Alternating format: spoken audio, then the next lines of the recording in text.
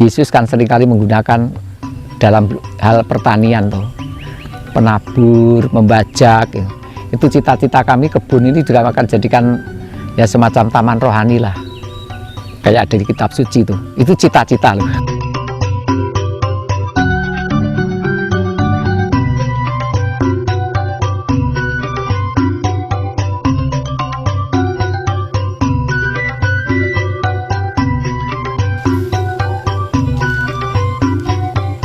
Kalau melihat tungku ini membuat api itu kan sama dengan menggerakkan roh ya. Kadang meniup-niup, kadang-kadang ditiup sulit, ya ditiup gini nggak nyala-nyala. Jadi refleksi saya, aduh saya itu mendorong-dorong karyawan atau umat. Kadang-kadang didorong-dorong, dikasih contoh nggak jadi-jadi. Itu loh sebenarnya tungku itu.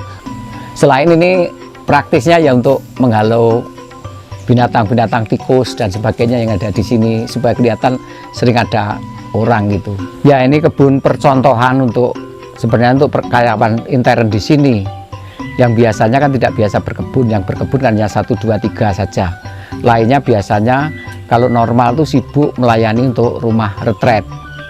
Pokoknya melayani tamu-tamu. Ya karena sekarang pandemi sudah setahun lebih itu akhirnya banyak bekerja di kebun, ya bikin bibit-bibit ya, sambil mungkin menata tanah, bagaimana tanah dikembalikan seperti dulu terasiring supaya aliran airnya, irigasi ditata dan sebagainya itu. Ini konsepnya pondok di pedalaman, seperti ketika saya tugas di luar Jawa itu kan biasanya ada pondok itu, di mana orang membuat pondok, lalu ada tungku, ada tanaman-tanaman kecil sekitarnya, tanaman sayur. Selain nanti juga ini untuk tanaman perkebunan, pete dan buah. Karena masih kecil digunakan. Ya ini juga tanaman-tanaman cangkokan, stek gitu, untuk percobaan. Usaha itu dari kecil yang nampaknya nggak kelihatan. Seperti tanaman campur-campur gini. Orang biasanya kalau tanam itu senangannya tanaman yang homogen, jumlah banyak begitu. Nah kalau kecil-kecil ini memang bisa dilakukan, memang hasilnya tidak langsung banyak. Jadi kelemahannya tanaman tumpang sari, orang bilang tanamannya tumpang sari itu hasilnya sedikit tapi terus menerus dibandingkan tanaman yang secara homogen, massal. Biasanya kalau kita tidak menguasai agrobisnis ya dipermainkan sama pedagang. Lah kebun di sini memang belum menjadi penghasilan utama, tetapi paling tidak orang-orang misalnya dari kota yang di sini kan disebut geria untuk apa? Untuk pendidikan ya. Selain geria samadhi untuk pendidikan, outbound anak-anak dan sebagainya orang dari kota. Tujuannya biar mereka itu tahu.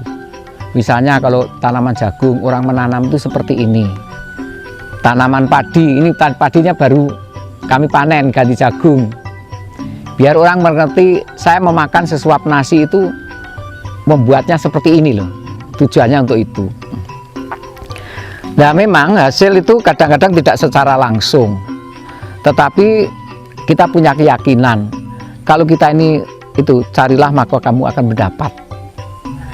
Pokoknya saya bekerja, mungkin hasilnya itu kemarin padi itu hanya segini, tapi ada orang kadang-kadang tergerak untuk memberi bantuan. Jadi menghargai, membeli barang di sini itu kadang-kadang tidak dihitung apa jumlahnya, tapi dihitung jumlah karena ya ada usaha lah gitu. Pertama, orang bisa menghargai bagaimana misalnya menanam padi. Menanam padi itu selama hampir 3,5 bulan. Mungkin hasilnya tidak seberapa, hasil sedikit, ada hama tikus kah, ada hama burung yang sangat banyak, hasilnya tidak seberapa, sehingga orang bisa menghargai, juga menghargai petani. Kadang-kadang ada dilema, orang minta buah yang utuh, hasil panen yang mulus, tetapi dia juga minta organik, karena yang mulus dan sebagainya itu kalau tanpa obat kan tidak bisa.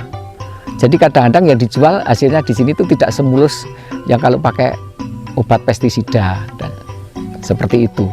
Bercocok tanam itu atau orang petani itu termasuk orang yang sabar. Karena orang bertani itu tidak bisa dipercepat seperti barang-barang produksi. Mesinnya dipercepat, dikerja lembur. Ya, pertumbuhan misalnya jeruk gini, berapa bulan dicangkok, ya nunggu perkembangan, tetap harus menunggu. Dan petani itu termasuk apa ya, pejuang yang tanpa mengenal lelah. Meskipun bangkrut, sekarang ini ada misalnya ada produk tertentu ya, yang waktu tanam mereka sangat antusias, ternyata setelah panen harganya ambruk.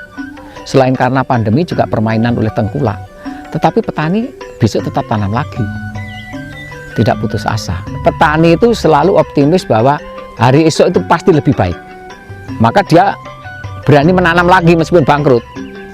Kadang-kadang berkorban, apa yang pernah dihasilkan ya dijual lagi untuk modal kembali. Dulu mungkin pernah sukses, pernah harga bagus, hasil banyak, bisa beli motor, beli mobil, tapi suatu ketika dia kesulitan modal, dijual lagi, dia tidak merasa menyesal karena nanti mungkin akan kembali lagi. Itulah iman, itu punya keyakinan. Orang Jawa itu bilang, kalau obah mamah, kalau kita bergerak pasti ada hasil.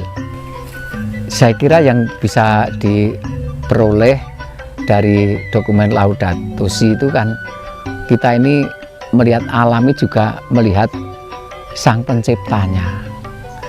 Jadi kadang-kadang melihat sang penciptanya itu apa? Kita juga menghargai pemberian Tuhan. Saya misalnya memanen. Ketika saya memanen ada yang besar gini, saya ambil. Terus ada yang kecil, meskipun sangat jelek, ketika tidak saya ambil, saya itu punya perasaan bersalah. Yang bagus diterima, yang jelek kenapa tidak? Ya diambil, saya bilang gitu. Akhirnya ya bagus, kadang-kadang mau meninggalkan sebutir pun sayang, karena ini juga dipelihara. Artinya ini juga ciptaan Tuhan, ini pemberian ya disyukuri. Dapat banyak bersyukur, dapat sedikit ya bersyukur. Dalam kehidupan kita, seringkali kita itu hanya memperhatikan orang-orang yang sudah mapan, yang sudah enak. Empati atau solid karena kita ikut menderita. Kita tidak bisa ngomong tentang perjuangan orang miskin, kesulitan kalau tidak pernah mengalami. Kadang-kadang saya nikmati di sini. Saya sambil itu bakar jagung, itu apa, rebus keladi. Saya nikmati. Tidak ada yang menyuruh, tidak ada yang apa, bukan karena terpaksa. Alam kan nyatanya bisa memberi dengan sangat bervariasi. Memang saya seperti orang bertani itu hasilnya nggak kelihatan, tapi tidak terasa misalnya bisa memberi makan sapi.